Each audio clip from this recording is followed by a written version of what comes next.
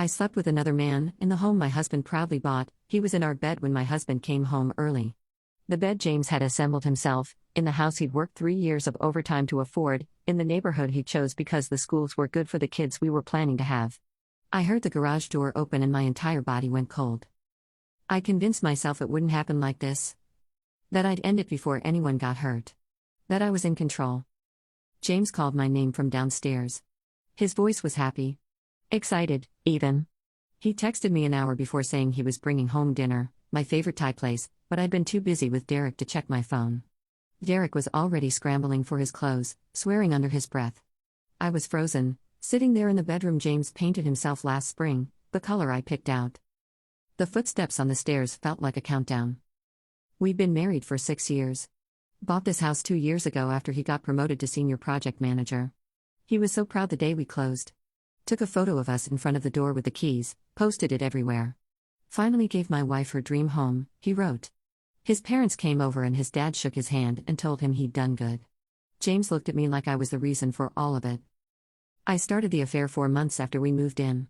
Derek was the contractor we hired to finish the basement. He flirted. I flirted back. James was traveling for work constantly, always trying to secure the next promotion so we could start trying for kids in a stable financial position. He wanted everything perfect for me. For us. And I was so bored I could scream. Derek made me feel reckless. Alive. He'd text me during the day and I'd meet him for lunch. Then it was after work drinks. Then it was bringing him back to the house while James was on business trips. I told myself it didn't count if it wasn't in our bed. Then one day it was in our bed. Then it was every time James left town. Then it was today, a random Thursday at 2 p.m., because I stopped caring about getting caught. My friend Sarah knew. She told me I was playing with fire. But she also said, James is always gone anyway, you're basically single. I used that. Convinced myself I was neglected. That I had needs. That this was somehow his fault for working so hard to give me everything I said I wanted. James opened the bedroom door. He stood there holding Thai takeout in one hand, flowers in the other. It was our anniversary next week. He'd come home early to surprise me. Instead he got this. Derek tried to say something. James didn't even look at him. He looked at me. The flowers fell to the floor first, then the food. He didn't yell. Didn't move.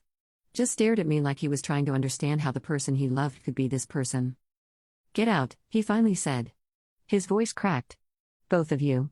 Get out of my house. I tried to speak. Tried to say I'm sorry, it didn't mean anything, please.